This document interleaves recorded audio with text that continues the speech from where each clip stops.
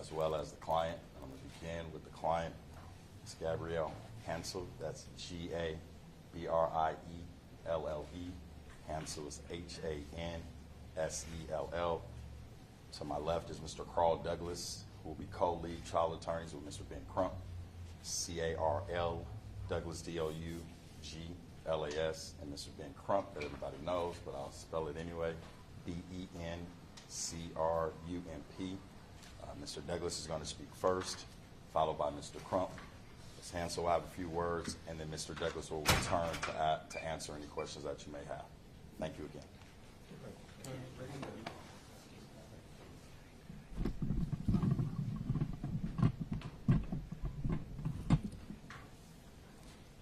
Good afternoon. If a hammer goes into a garden, you cannot be surprised when all the flowers are treated like nails. Keenan Anderson, a 31-year-old man, was a flower. He was a flower just beginning to bloom. But the LAPD, unfortunately, was a hammer. So really, is there any wonder when they treated that flower like it was a nail? This is the story of a 5-year-old young man who will never be able to enjoy another day in the presence of his father. January the 3rd, 2023, Mr. Anderson was involved in a minor traffic collision. Fortunately, there are cameras on LAPD uniforms that tell the tragic story of his death. I have had the ability to sit with the family to watch that edited video. We didn't want to see it a second time. We saw everything we needed to see the first time. And we saw a man that was afraid, calling the police for help. A man that in every way was respectful of authority. Sir, help me, sir. Sir, help me, sir. We saw a man who was unarmed and compliant. And then we see the hammer. What you don't understand or realize, because there was an edited version of the video, is that the first officer had 7 minutes of conversation with a compliant, Keenan Anderson, who was in a position on the ground, calling him sir. That officer then calls for backup, and Keenan sees several officers then rushing toward him. His reaction then was a reaction that several black men would react in a similar situation, was one of fear. And that fear drove him to run into the middle of the street. We're not talking about Gold Leaf. We're talking about Lincoln Boulevard. And what did he do then? He was again compliant, on the ground, in a submissive position, when the hammer did its job, treating that flower like a nail. 3 trained killers, because that's what trained officers are, were unable to handcuff an unarmed man without having to taser him 6 separate times on the backside of his heart. Watch the video. This is the front side of the heart. This is the back. And if you taser someone with 50,000 watts of electrical energy 6 times in the heart, is there really any wonder that moments later his heart will begin to flutter? Is there really any wonder that moments later his heart will begin to beat erratically? And is there any wonder why 4 hours later his heart could no longer withstand the pressure from that taser and gave out, leaving a 5-year-old boy in his wake? Today, on behalf of Gabrielle Hansel, Ben Crump Law, and Douglas Hicks Law has filed a $50 million claim for damages. When anybody sees $50 million claim for damages, I hope you'll all will write it down. Because when they see a $50 million claim for damages, they're going to say, gee whiz, something really bad must have happened. And that's correct. Because on July 3rd, 2023, something really bad did happen. And $50 million is never going to bring his daddy back to him. We must file a claim for damages so that the city is put on notice that we intend to file a state-based civil rights lawsuit against the city and each of the officers responsible for this young man's death. The city will have 45 days to accept or reject that claim. In my 42 years of doing these things, unfortunately, the city always rejects. And then this trial team will marshal the resources, will marshal the energy, and will marshal the fight for justice on behalf of Gabrielle Hansel and 5-year-old Sincere with a Y. Sincere Kai Anderson. Sincere with a Y. I am honored to represent this family. I am honored to be a part of this team. And I pledge to all of you now that we will make sure that Keenan Anderson's name will not go away in vain. Say his name. Keenan Anderson. Say his name. Keenan Anderson. Say his name. Keenan Anderson. Now, our co-counsel in this case, Ben Crump. Thank you so much, Carl. I'm so very proud to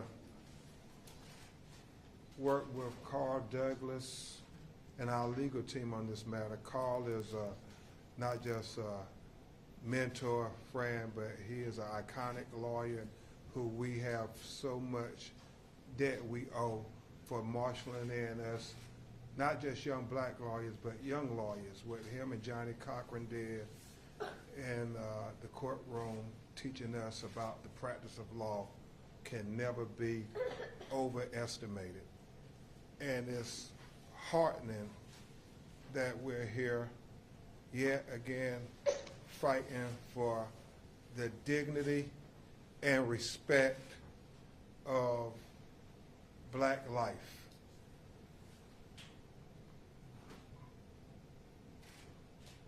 We can only speculate. We can only wonder what Keenan Anderson meant when he said they're trying to George Floyd me.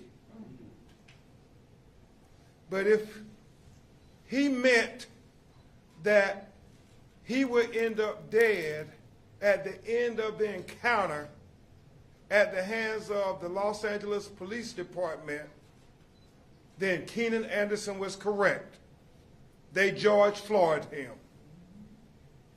And when you think about, as Attorney Douglas said, the respect that he was exhibiting towards those officers, saying, sir, and, not threatening them. It did remind you of George Floyd, Attorney O'Neill. It reminded you of how respectful these unarmed black men who are having encounters with the police are, but yet there is no respect given back to them. And Attorney Hicks, that seems to underscore the problem in America, why Kai will grow up asking his mother Gabby over and over again, why did they kill my daddy? Why did they treat him like that? I mean, 6 times in 42 seconds. I mean, all that electricity being thrust upon his body, and as Attorney Douglas said, in front of his heart and behind his heart. It doesn't take a rocket scientist to let everybody know that this is dangerous, potentially fatal. And the police officers are trained, they are educated on these matters over and over again. The fact that the companies even warn that it shouldn't be more than 15 seconds max, not more than 3 tasers, or it could prove fatal. So they know all of this. They know all of this, but yet they seem to do the most when it's marginalized people of color, especially black men. They engage in the most excessive force, and it happens over and over and over again. And how many of our children are we going to have to explain to why their fathers were killed by the people who were supposed to protect and serve them? How many little black boys like Kai are going to have to be given a different speech by their mother? How many more? I mean, is it really that hard to extend dignity and respect and just basic humanity? Not anything extra, but just basic humanity. To black people too, police, is that too much?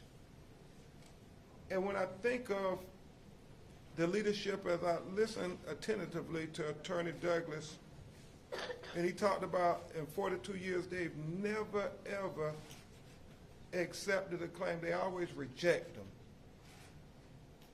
It's almost as if they are sending the message to the police that it's okay, that it's allowed to do what you do. And so my hope is that the city leadership, Mayor Bass, Chief Moore, the city council, won't let the death of Keenan Anderson be in vain. That's right. Not just for his family and for his son Kai especially, but the future Keenan Andersons that will happen in Los Angeles if you don't set a precedent with this now. That's what we want, is a precedent to be set with going forward from 2023, that we're going to do better, Los Angeles. We're going to do better, California. We're going to do better, America, because our children are dying. It's easy to look the other way when it's not your children, but our children are dying. And so the prayer is that a precedent will be set with Keenan Anderson, and those heart-wrenching words some of his last words, they're trying to George Floyd me, hopefully won't be uttered ever again by another marginalized person of color, not another black man. And that is how we do justice for Keenan Anderson. And now, Ms. Gabrielle Hansel will speak.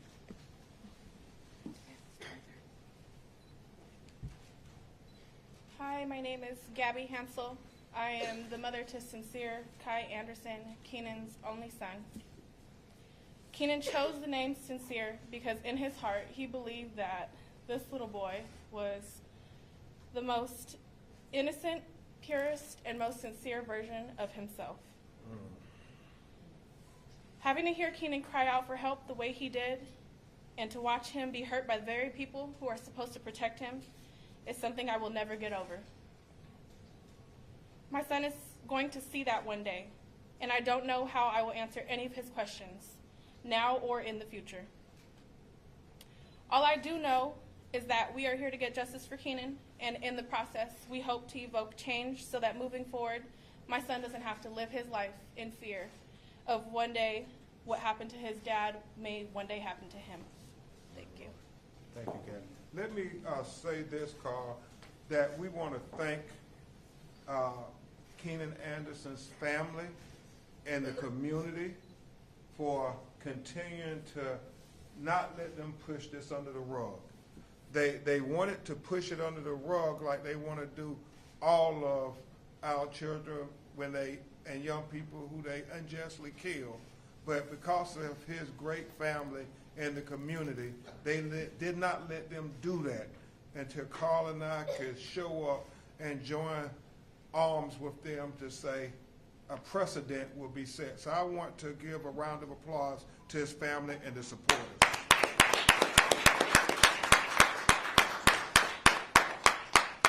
And one of the goals today of having Gabby and Kai present is to change the narrative. I'm not talking about the chief today. I'm not talking about BLM today. I'm talking about a 5-year-old boy who has lost his father, and I hope when you report this press conference, you'll talk about that too. We thank you for coming, and if there are some questions, we will answer. The chief of police said Mr. Anderson seemed to be suffering from some sort of mental condition. How do you react to that? It is regrettable that in 42 years of practicing in these kinds of cases, inevitably, initially, there is this whitewash effort to sully the name of the person that died. Keenan Anderson was unarmed. Keenan Anderson was a college graduate. Keenan Anderson was a high school English teacher of black and brown youth who missed their teacher now. The LAPD are trained to deal with all kinds of citizens. Regrettably, they deal with many of its citizens on the worst days of their life. Some of them that they deal with are impacted by many things, whether it's alcohol, whether it's drugs, whether it's mental illness.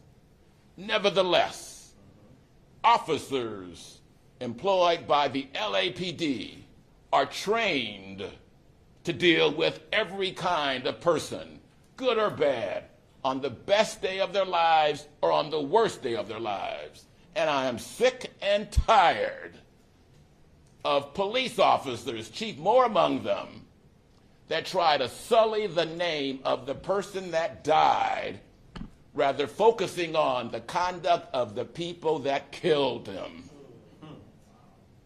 So that is my response to any suggestion that anything in his system is responsible for his death.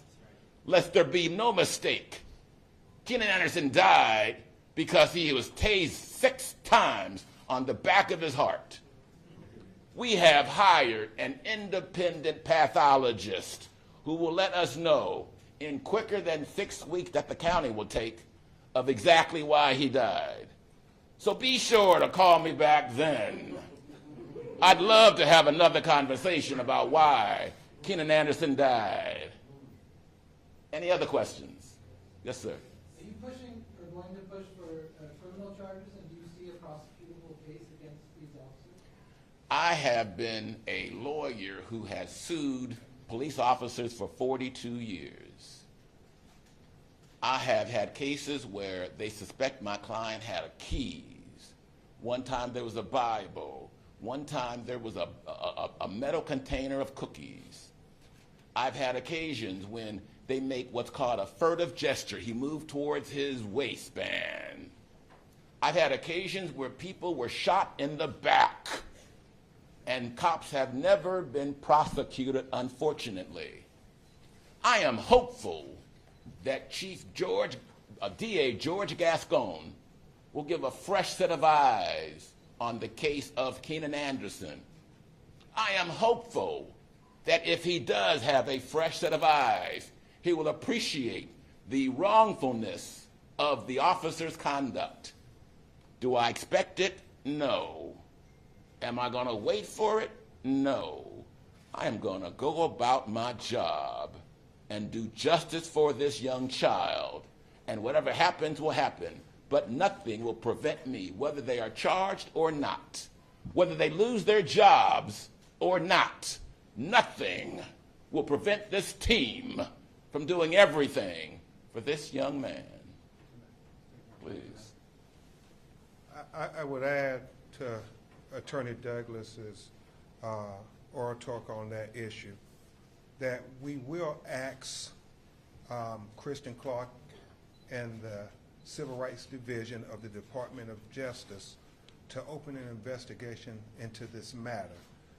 And the reason being is the bias that is suggested when you do this to black people.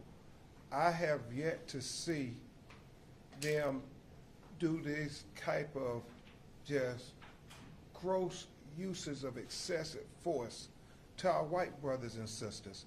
We keep waiting for those videos to come up, but yet we don't see them. We see them everywhere dealing with young black people being tased multiple times when it is clearly taught to the officers, you're not supposed to do it more than 15 seconds and 3 times at most. This is a man who has restrained face down, yet they're still doing it.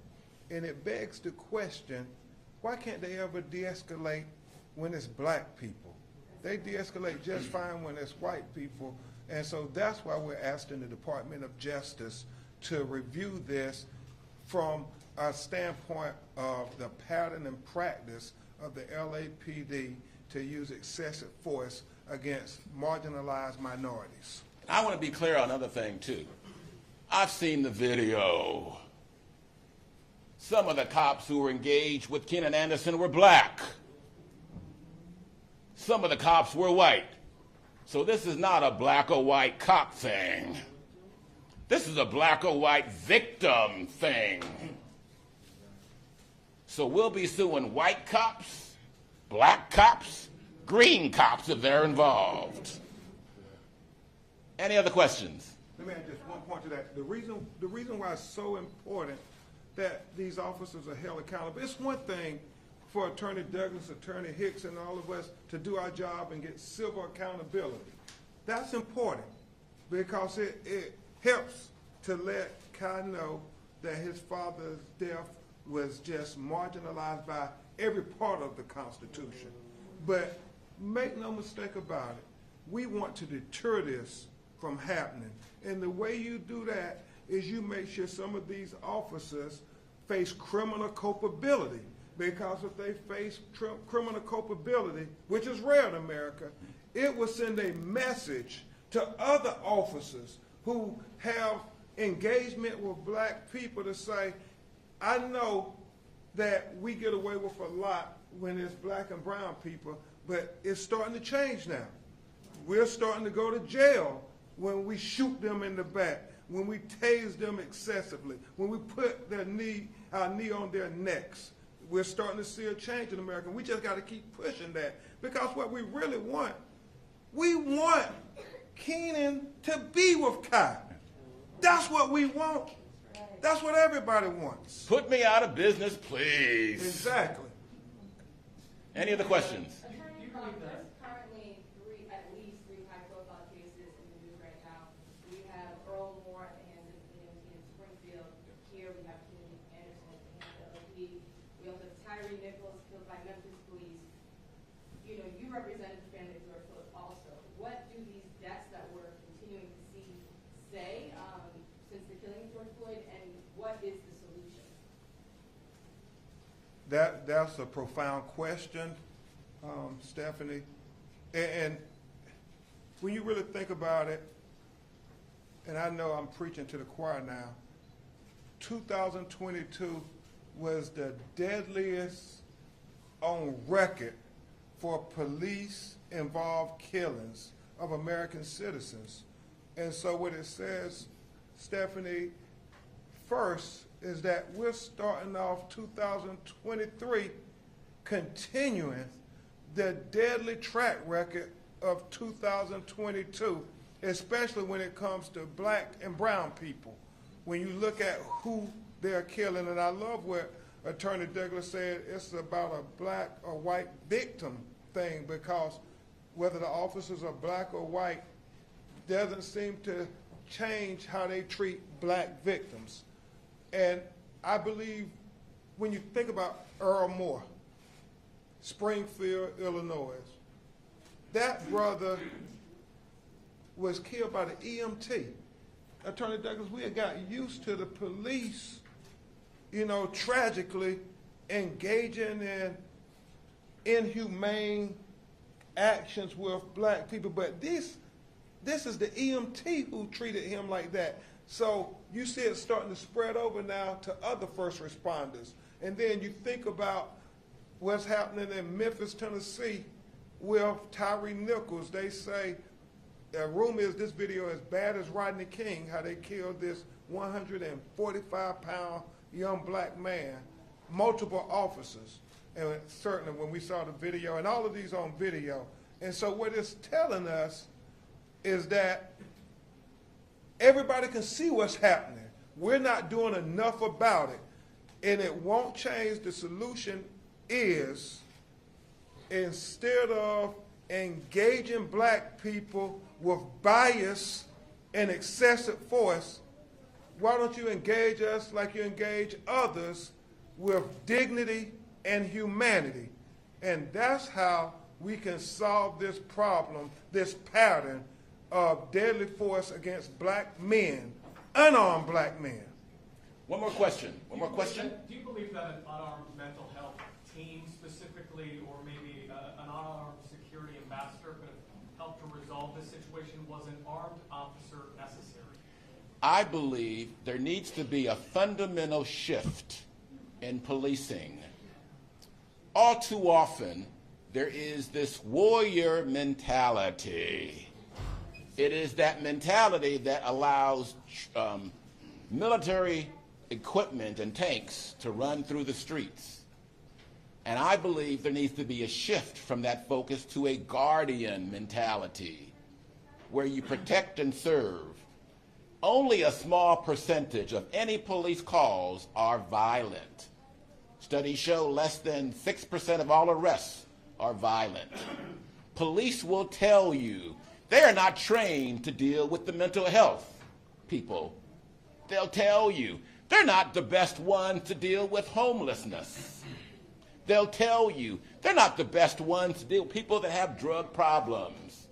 So what we need to do, I say, is to have a fundamental shift in how allocations and resources are given, so that more funds can be directed to those social services where mental health professionals can be called. The first officer had 7 minutes talking with Mr. Anderson. 7 minutes to make an assessment, 7 minutes to tell his comrades he's not violent, but we need somebody on a mental health tip. The failure to do that and to instead send trained killers is the problem of sending a hammer into the garden. Thank you so much for allowing us to be here today. We will continue to fight for the death of Keenan Darnell Anderson, and we thank you.